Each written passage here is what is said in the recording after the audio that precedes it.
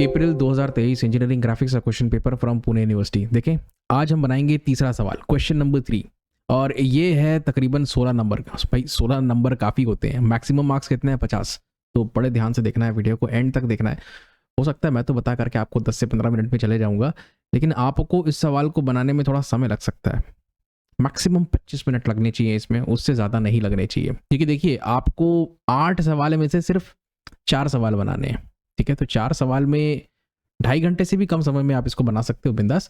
इस सवाल में आप अपना समय लो, बहुत ही केयरफुली अपने ड्राइंग को बनाओ, और मैं जो स्टेप्स बताऊंगा उसको आपको फॉलो करना है। बढ़े आगे, इसके लिए क्लियर कट पिक्चर मैंने ऑलरेडी अलग से स्लाइड में लगा के रखा है, तो वहीं पर चलते हैं। और ये रहा सवाल, अब इसको ज़रा पढ़ते हैं। ठीक है, figure shows a pictorial view of an object. ये जो सॉर्ट ऑफ 3D व्यू आपको दिख रहा है, इसी को हम पिक्टोरियल रिप्रेजेंटेशन कहते हैं। अब इसका हम बनाते हैं ऑर्थोग्राफिक, मतलब इसका बनाएंगे फ्रंट, टॉप और साइड व्यू। कौन सा साइड बोला है, देखते हैं। First angle method of projection हमें यूज़ करना है, और हमें बना के बताना है front view in the direction of x, मतलब यहाँ से देखते हुए फ्रंट व्यू बनाना है। टॉप व्यू जाहिर सी बात है इधर से होगा, और लेफ्ट हैंड साइड व्यू वो इधर से होगा। ये बात हो गई clear. Give dimensions in all the views. ठीक है, सबसे पहले जब आप ऑर्थोग्राफिक की ड्राइंग की शुरुआत करते हो, आप ये एस्टिमेट ज़रूर लगाओ कि सर जो हमारा ऑब्जेक्ट है उसका मैक्सिमम लेंथ कितना है, विड्थ कितना है और हाइट कितना है। ये अगर आप वर्कआउट कर लेते हो तो आपका काम आसान हो जाएगा। मैं आपको बताता हूँ कैसे। ठीक है, ध्यान से देखें। यहाँ पर ये है आपका ऑब्जेक्ट। थोड़ा सा मैंने इसके लिए कैड मॉडल बना लिया है, तो आप लोग इसको देखो, काफ़ी मदद करेगा ये आपको सवाल को अच्छे से समझने में और फिर उसके ऑर्थोग्राफिक प्रोजेक्शन को बनाने में। ठीक है, ज़रा मैं चलाता हूँ इसको, ज़रा ध्यान से देखें। आप थोड़ा रोटेट करके आपको दिखाते हैं, आप ज़रा देखिए ऑब्जेक्ट असल में दिख कैसे रहा है। अलग अलग कलर के माध्यम से मैंने समझाने का प्रयास किया है। ठीक है, अब कोशिश करते हैं इसको हम सामने से देखने का। ठीक, ध्यान से देखें। कहाँ से देखेंगे?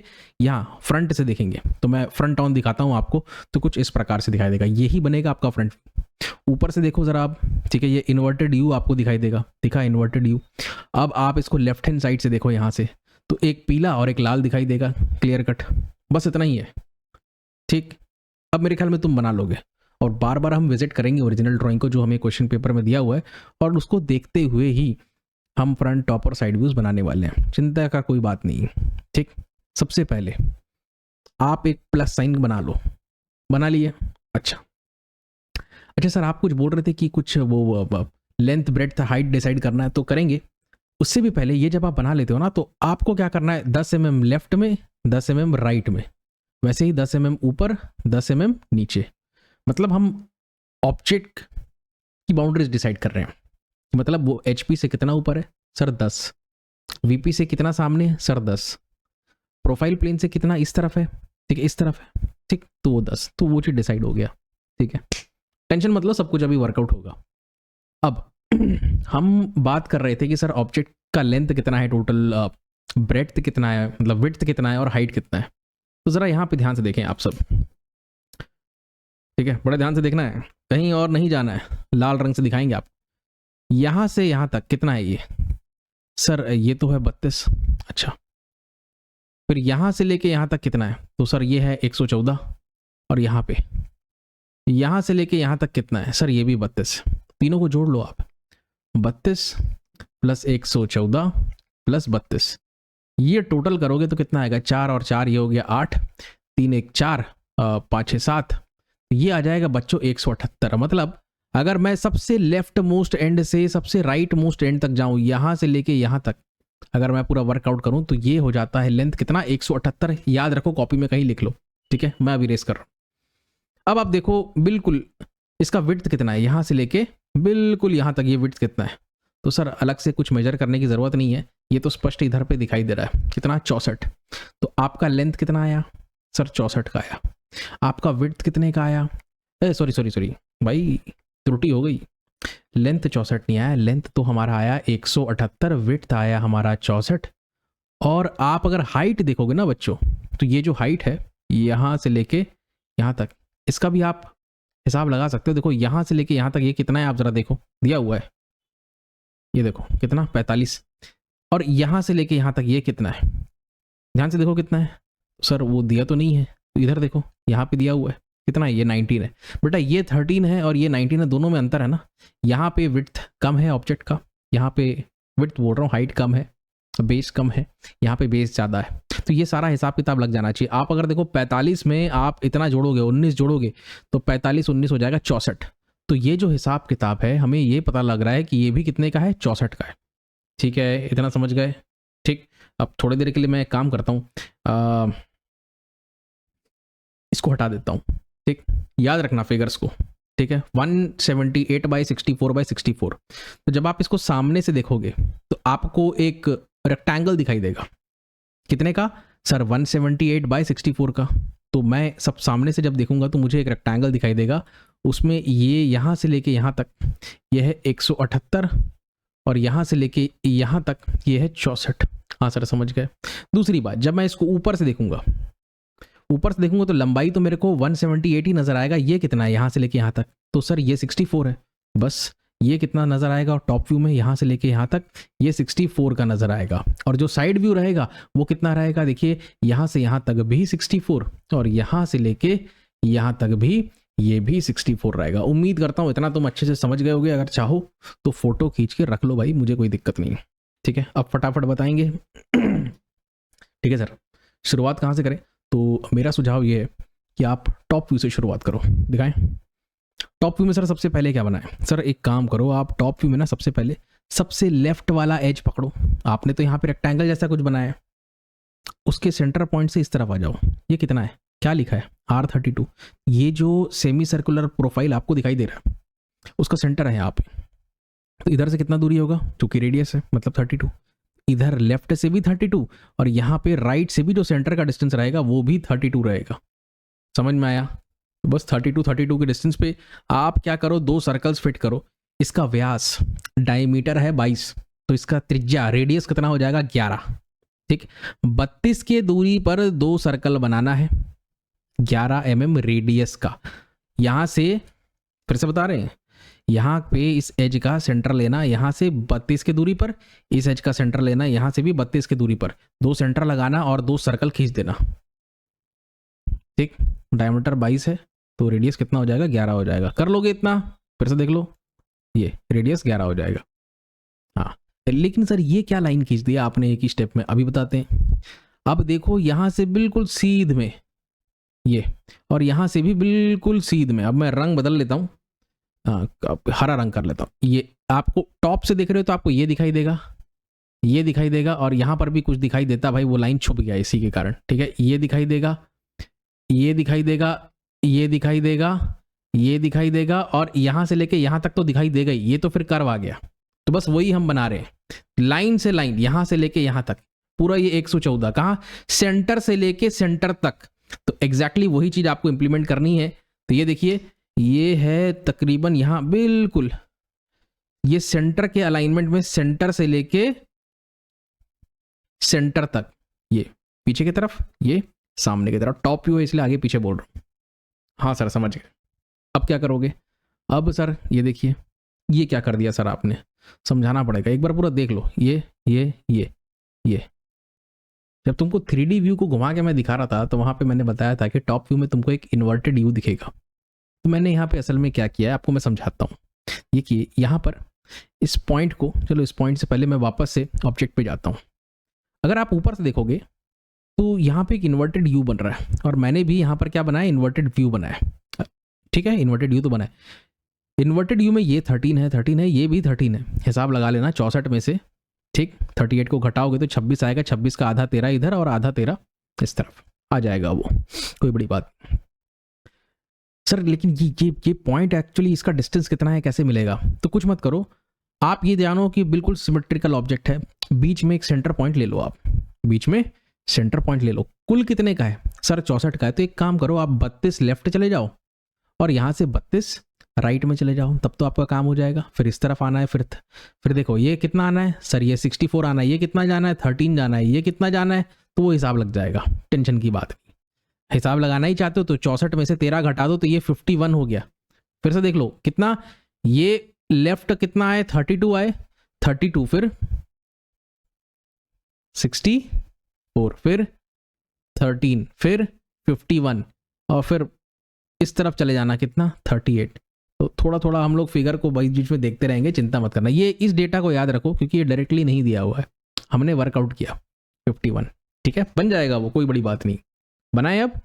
अच्छा, तो सर आप जैसा बोल रहे थे कि सबसे पहले आप क्या करेंगे, ये देखो मैं एक सेंटर पॉइंट लोकेट करूंगा, वापस चलता हूं मैं और यहां से इस तरफ आऊंगा कितना 32 mm के डिस्टेंस पे मैं एक बिंदु अंकित करूंगा, वहां से सीधा नीचे आ जाऊंगा और यहां से 13 mm राइट, कितना ये रहेगा मेरा 13 mm, और यहां से कितना ऊपर 51 ऊपर, और यहां से कितना राइट 38, ये कितना है 38, तो ये ऐसा 51 ऊपर और यहां से 38 राइट, फिर नीचे आ जाओ, फिर 13 राइट में जाओ, ये देखो ये इधर 13 और फिर ऊपर सीधा, खत्म हो गया। इसको बंद करते हैं। अब इतना तो बना लिया सर हमने, बस आपका मेन काम अब हो चुका है। अब यहाँ पर इस प्रोफाइल को देखिए, सेंटर क्या है, तो सर सेंटर तो यही है। सेमी सर्कल का रेडियस कितना है सर 32 है, तो बिल्कुल आप बिंदास बनाओ। यहाँ पे सेंटर पॉइंट जो है ये, इसको पहले ही मार्क कर लेना, इसको सेंटर मानकर राउंडर का पेंसिल वाला एंड यहाँ रखना, स्टील वाला एंड यहाँ रखना और ऐसा घुमा देना और इस तरफ भी घुमा देना, काम हो जाएगा। टॉप व्यू बना लिया बच्चों हमने, ठीक है। अब बारी आती है फ्रंट व्यू की, तो फ्रंट व्यू भी बन जाएगा, कोई दिक्कत की बात नहीं। यहाँ पे जितने भी पॉइंट्स दिख रहे हैं सबसे लाइंस खींचो, जो भी काम के पॉइंट्स हैं। ये देखो खींच दिया मैंने, वैसे मुझे यहाँ से भी खींचना चाहिए था, चलो कोई दिक्कत नहीं, छूट गया, उसकी शायद जरूरत पड़े ना पड़े वो तो समझ में आ ही जाएगा। देखो फिर से देख लो, और यहाँ पर मैं आपको पेंसिल वर्क तो समझ में आ रहा होगा, थिक एंड बोल्ड है ये, ठीक। एच पेंसिल रहेगा ये कौन सा पेंसिल रहेगा, ये तो एच है सर, ठीक है, लेकिन ये कौन सा पेंसिल है, आप 4H यूज कर लो, ठीक है। वो बेयरली विजिबल होना चाहिए, मुझे तो थोड़ा सा डार्क बनाना पड़ता है कि नहीं तो आपको ही दिखेगा, नहीं तो दिक्कत हो जाएगी, ठीक है। बाद में मैं इसको भी हल्का कर दूंगा, टेंशन नहीं। हाँ सर, अब क्या करें, फ्रंट व्यू की शुरुआत जब हम करेंगे बच्चों, तो देखिए आपको फ्रंट व्यू में यहां से लेके ये ऐसा कर्व है, लेकिन आपको दिखेगा कैसे, सामने से जब देखोगे तो एकदम स्ट्रेट लाइन दिखेगा। बात समझ में आया, सामने से देखोगे तो कैसा दिखेगा, स्ट्रेट लाइन। विश्वास नहीं है तुमको, विश्वास होता नहीं है तुम लोग को ऐसे जल्दी, तो दिखाते हैं। सामने से जब आप देखोगे ना, ये दिखा भाई सामने से, अच्छा अरे चलो सामने से दिखाओ, देख लो एक बार, एक बार फिर से एक बार नजरिया मिल जाए तो यार क्या बुरी बात है, देख ही लो आराम से, मैं बताता हूँ, मुझे कोई जल्दबाजी नहीं है, ठीक। चलो ये रहा फ्रंट, देखो अब, हाँ भाई पॉज, अरे सही टाइम पे भी,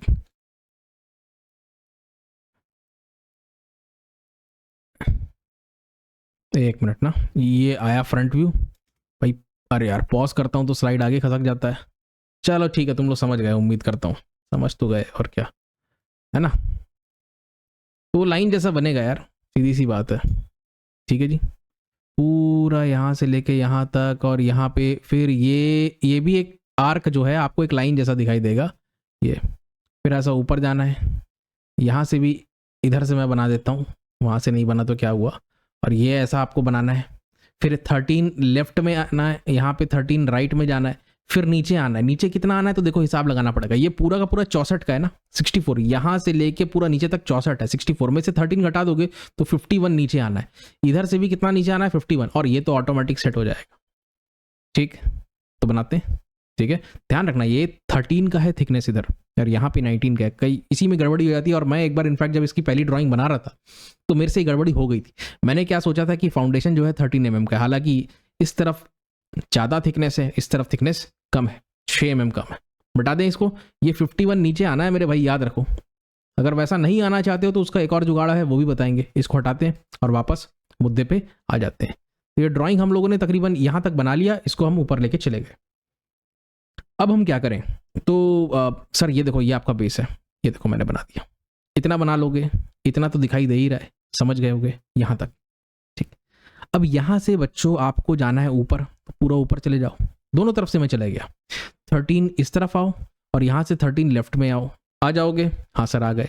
अब देखो, या तो यहाँ से 13 mm ऊपर एक पॉइंट लगा लो, ये जो पॉइंट है ना, ये जो पॉइंट है ये असल में 13 mm ऊपर है, ठीक है। फिर से दिखाएं, ये जो दोनों पॉइंट्स हैं यहाँ से मैंने जो जस्ट अभी जो लगाया ये और ये वाला पॉइंट, ये 13 में ऊपर है, या तो यहाँ लगा लो फिर जोड़ दो, या तो सीधा यहाँ से नीचे 51 आ जाओ, 51 आ जाओ, तो एक ही जगह पहुंचोगे आप। यहाँ पे कर दें इसको, हिसाब किताब कर देते हैं।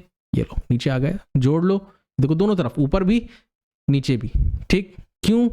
नीचे तो समझ में आ रहा है सर, ये दिखाई देगा ऊपर, तो ये दिखाई देगा ना आपको फ्रंट में। समझ गए? हाँ सर समझ गए। अच्छा, इसके बाद आप अगर ध्यान से देखो, जरा चेक पिक कर पाते हो कि नहीं मुझे कमेंट करके बताना। मैंने अभी कुछ एक एनिमेशन किया है यहाँ पे, कुछ दिखाई दिया? फिर से दिया? पता नहीं तुम पिक कर पाएगे कि नहीं। अगर सही में कर पाए हो ऑनेस्टली तो नीचे कमेंट करना। यहाँ पर मैंने यहाँ पे कुछ बनाया है, क्या है ये? सर आपने डैश लाइंस बनाया। तो किसी भी ऑब्जेक्ट का जो हिडन फीचर्स होते हैं उनको दर्शाने के लिए हम डैश लाइंस का प्रयोग करते हैं। तो यहाँ पर देखिए हिडन फीचर क्या है, ये सर्कुलर प्रोफाइल है, लेफ्ट से राइट, लेफ्ट से राइट, तो ये मैंने बनाया। थोड़ी देर बाद और बढ़िया तरीके से आपको दिखने लगेगा, चिंता ना करें। ठीक, हाँ सर। तो प्यारे बच्चों, आपका फ्रंट और टॉप व्यू तो लगभग हो गया। अब बात करते हैं हम साइड व्यू की। तो उसके लिए क्या करना पड़ेगा आपको? भाई लाइंस निकालनी पड़ेंगी, इधर से इधर से, इधर से तो निकला हुआ है लाइन, तो एक तो यहाँ से लाइन निकालेंगे और एक यहाँ से निकालेंगे लाइन। तो उतना करते हैं इसको। और फिर यहाँ पे देखिए, यहाँ से और यहाँ से तो निकला हुआ है सर, तो इधर से निकालो, इधर से निकालो, इधर से निकालो, ऐसे लाइंस निकालो आप। इनको 45 के एंगल पे रोटेट करो, सब ड्राफ्टर से हो जाएगा। इसको ऊपर लेके जाओ। आप अब यहाँ से देखें कि कहानी कैसे आगे बढ़ती है। ठीक है, जरा मैं फिर से इस पिक्टोरियल रिप्रेजेंटेशन को ऑन करता हूँ। बड़े ध्यान से देखना है, कहीं और नहीं जाना है। आप कहाँ से देख रहे हो? सर हम तो लेफ्ट हैंड साइड से देख रहे हैं, ये रहा। ठीक है, ये यहाँ पर सर ये फिसल पट्टी हमें दिखाई दे रही है, स्लांट है। ठीक है, तो जब आप यहाँ से देखोगे तो ये स्लांट आपको दिखेगा क्या? नहीं दिखेगा सर। मतलब क्या है ये? सर एक हिडन फीचर है, उसको सम्मान देने के लिए हम डैश लाइन का इस्तेमाल करेंगे। लेकिन ये पॉइंट को बच्चों कैसे ढूंढोगे आप, इन दोनों पॉइंट्स को? तो मैं बता देता हूँ, नीचे से 13, लेफ्ट से 13। ठीक, जरा दिखाएं आपको करके।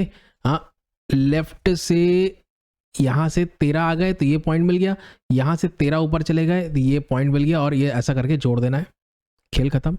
दूसरी बात, फिर से आते हैं हम उस डायग्राम पे। आप देखिए, एक आपको ये रेक्टेंगल दिख रहा है। हाँ सर दिख रहा है, तो भाई इसको क्रमांक 1 दे दो। आप सोच के देखो, ये जो पट्टी है, सेमी सर्कुलर पट्टी है। जब आप इसको इधर से देखोगे, लेफ्ट हैंड साइड से देखोगे, तो ये पट्टी जैसा दिखाई देगा क्या? बिल्कुल भी नहीं दिखाई देगा सर। ये भी रेक्टेंगल के जैसा दिखाई देगा, है ना, कुछ ऐसा दिखाई देगा आपको, दिखाई देगा। हालांकि ये ऐसा है, तो उसका प्रोजेक्टेड व्यू है, समझ लो। ठीक, तो उसको भी चलो हम बना देते हैं और इसको गायब करते हैं। ये दो, एक रेक्टेंगल ऊपर दिखेगा, एक रेक्टेंगल यहाँ पे दिखेगा। यही तो हो रहा है ना, लेफ्ट हैंड साइड भी यहाँ से देख रहे हो।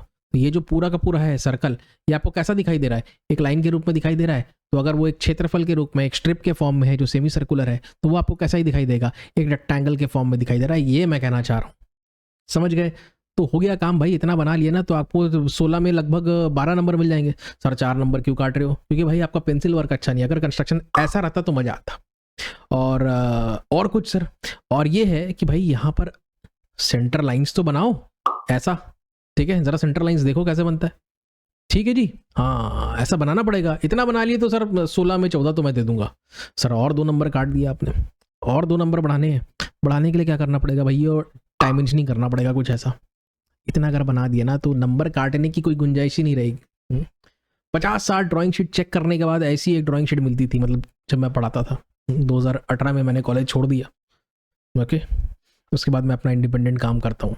ठीक है, तो जब मैंने भी पेपर चेक किए तो बड़े मतलब तरस जाते थे एक अच्छी ड्राइंग शीट देखने के लिए, कुछ भी बनाते थे।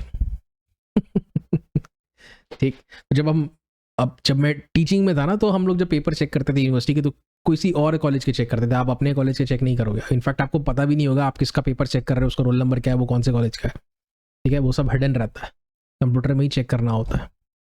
ठीक है, और खैर ड्राइंग का पेपर तो कंप्यूटर में चेक नहीं होता था, वो तो ड्राइंग शीट के साथ आता था। लेकिन ये सारी चीज़ों को छुपा दिया जाता था, हिडन कर दिया जाता था। ये चीज़ें होती हैं। खैर मेरे ख्याल में आज के लिए इतना ही। कोई अगर शंका हो, डाउट हो तो नीचे कमेंट ज़रूर करना। ठीक है, फिर से मिलेंगे एक नए सवाल के साथ, वो भी ऑर्थोग्राफिक पर होगा। एक बार ज़रा क्वेश्चन पेपर पे नज़र दौड़ाते हैं, क्या क्या बच गया। सर ये तीसरा सवाल आपने कर लिया, चौथा ऑर्थोग्राफिक पे है। ठीक है जी, 16 नंबर। देखो 50 नंबर का पेपर है, तो यार 16 नंबर का सवाल है। 16 नंबर मिल रहे हैं भाई, उसको बनाने के लिए आधे घंटे ज़्यादा समय नहीं लगेगा। ये भी 16 नंबर का है। ठीक है, 5th वाला भी देखेंगे, इसको भी बताएंगे आपको। ये आइसोमेट्रिक का है, लेकिन 6th भी आइसोमेट्रिक है। फिर ये 10-10 नंबर के 2 सवाल है, एक मुझे दिख रहा है डेवलपमेंट का और दूसरा भी डेवलपमेंट का। डेवलपमेंट के सवाल होते हैं बड़े आसान, समझाएंगे कैसे करना है। वैसे पूरी वीडियो बना के रखी है मैंने पहले से ही, क्या टेंशन मत लो।